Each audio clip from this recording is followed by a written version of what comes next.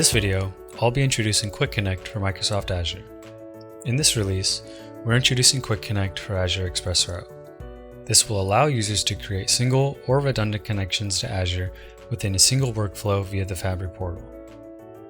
I'll go ahead and log into the Fabric portal to walk through creating a connection to Azure with Quick Connect. After logging in, I'll select Create Connection and scroll down to the Frequent Connections section. I'll select the Microsoft Azure card and select Quick Connect for the Azure ExpressRoute service profile.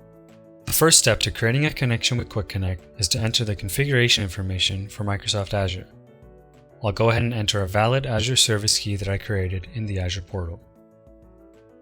After entering the service key, we can move on to step 2, where we'll configure the Equinix side of the connections. In Quick Connect, you can create either single or redundant connections.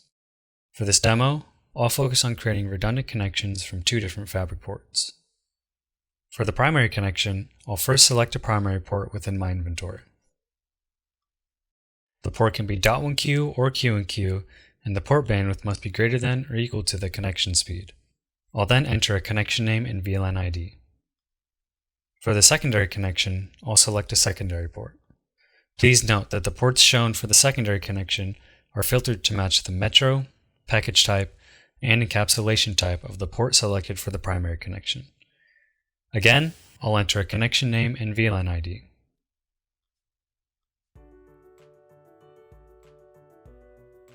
Since I selected .1q ports, I can select the peering type and enter an optional CTAG.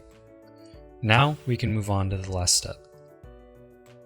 Here, the email ID of the logged in user is pre-populated and I can add up to 11 more email addresses. These contacts will receive email communication regarding this connection status. Finally, we'll create the connection. After submitting the connection, I can view it in the Fabric inventory or the Azure inventory. Let's take a look at the Fabric inventory. Please note that the connection will take some time to provision. Now we can see that both connections are provisioned.